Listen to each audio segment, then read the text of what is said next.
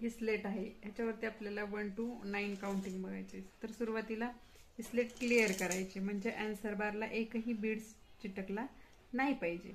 तर हा centre point म्हणजे हा युनिट आहे.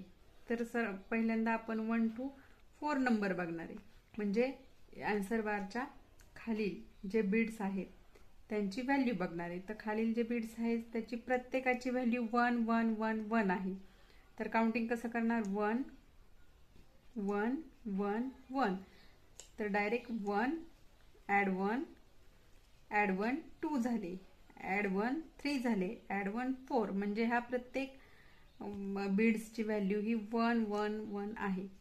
हे खाली घेतलं, आन्सर बारला एकही बीड्स चिटकलेला नाही, म्हणजे हा 0. तर हा जो अप्पर बीट्स आहे तो जर आन्सर बारला चिटकला तर अप्पर बीट्सची व्हॅल्यू 5 आहे. मग आपण 5 काउंट करतो.